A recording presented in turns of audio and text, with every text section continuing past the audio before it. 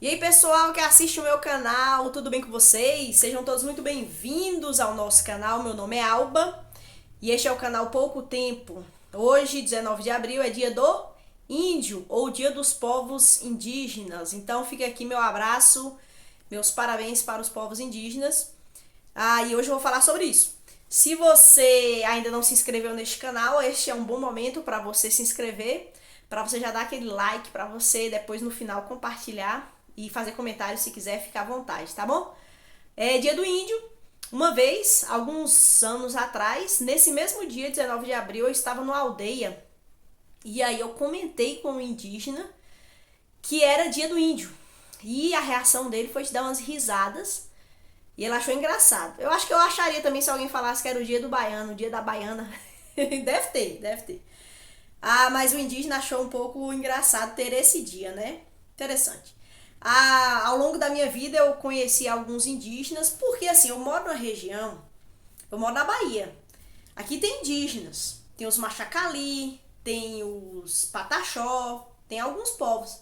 Mas eles estão mais distantes, eu não vivo, eu não vejo indígenas, então pra gente aqui é uma novidade. Quando eu era criança, minha família foi junto com a igreja até no retiro na praia em Porto Seguro. E lá nós tiramos fotos com os indígenas que ficavam caracterizados lá com as roupas próprias, né, de penas e tudo. E aí a gente tirava foto, eles vendiam alguns miçangas, alguns colares, então foi meu primeiro contato. Que eu era pequena, não lembro muito bem. Depois, no seminário que eu fiz, lá eu conheci um indígena, Bira. Ele é da etnia Culina, e aí foi meu primeiro contato. E eu olhava para ele com uma certa curiosidade, porque eu não conhecia o indígena, né? Então eu queria saber como é que era a língua dele. Às vezes ele orava na língua dele, na língua materna, e era muito, eu achava muito bonito. Mas ele era assim, igualzinho a gente. Não tinha nenhuma diferença, não. Se você não conhece o indígena e se você quiser saber como indígena, como é o indígena, né? Se alguém perguntasse. Primeira coisa que não dá pra explicar nem pra achar uma frase que caiba explicar um ser humano, né? Porque depende de onde esse indígena veio, qual a região dele, onde ele mora. Tem aqui na Bahia o pessoal mais perto da praia, tem no Nordeste, em várias regiões. No Norte tem muitos indígenas, vivem lá no meio da selva, com muito rio. A, a maneira deles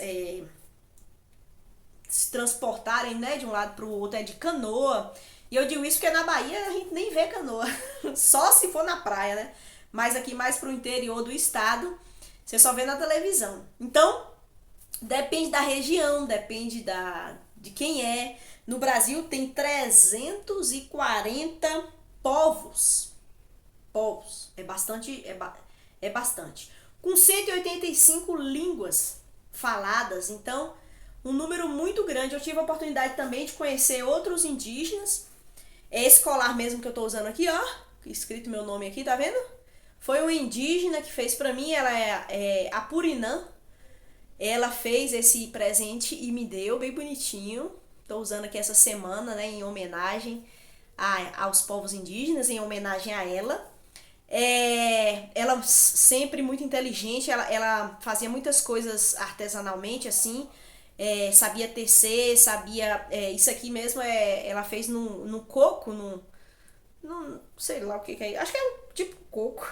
Aí ela esculpiu com, com bastante delicadeza, usando faquinhas e tudo, e ficou bonitinho assim. Um povo muito inteligente sempre, né?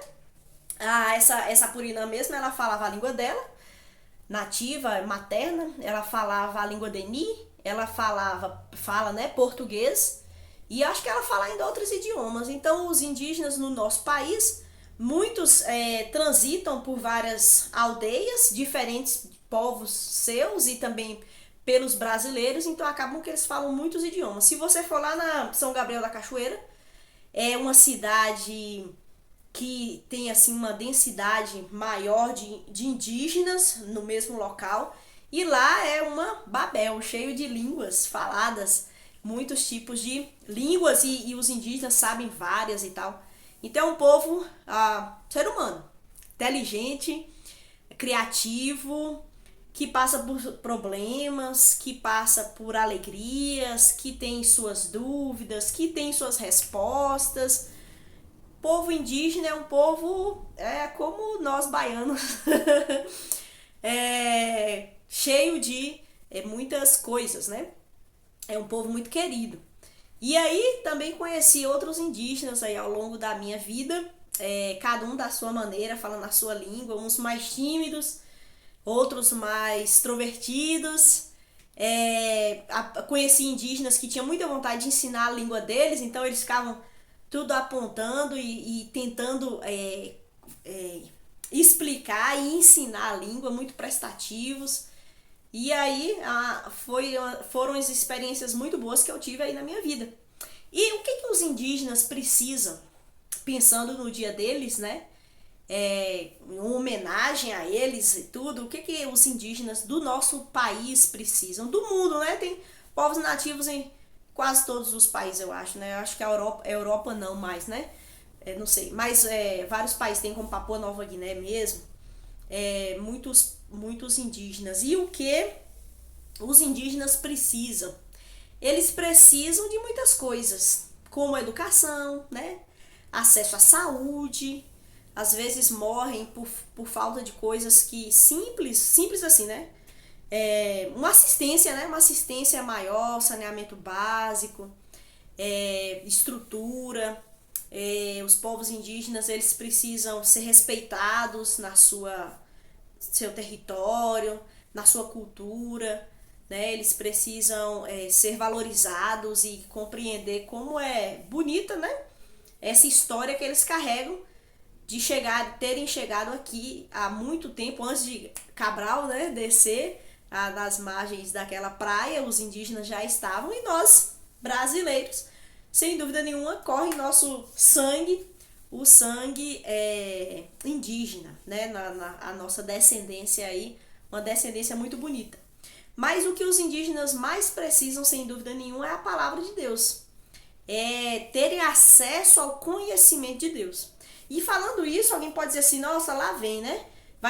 Os cristãos aí querem acabar com a cultura, querem invadir terras e tal, e não é nada disso. Há uma crença, um pensamento assim muito deturpado com relação ao que os cristãos querem.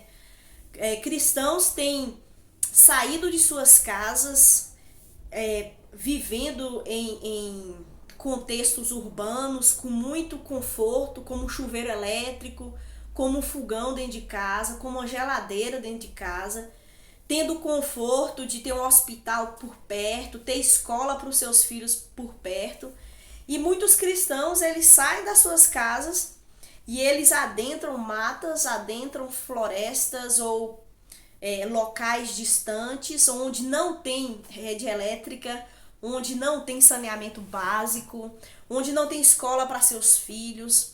Eles descem um degrau econômico ao morar em casas muito simples, sem o conforto, da modernidade, um fogão. Às vezes o missionário tem dificuldade de ter uma geladeira lá no seu ambiente, e vários confortos. O próprio conforto do convívio familiar. O cristão, alguns entendem que precisam ir até esses povos contar essa novidade maravilhosa do nascimento de Jesus. Então, e quando o cristão vai, ele não vai apenas com isso, apesar disso ser a coisa mais importante e preciosa.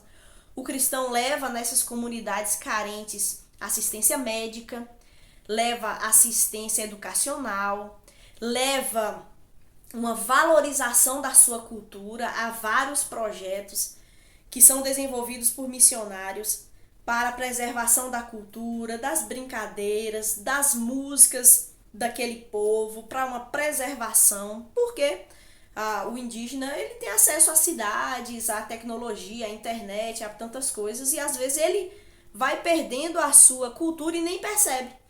E o missionário que é alguém externo percebe que isso está se dissipando. Então, ele trabalha em projetos para poder resgatar isso. E o que nós vemos que mais que o indígena precisa? Ele precisa ouvir a mensagem do evangelho de que Jesus já veio.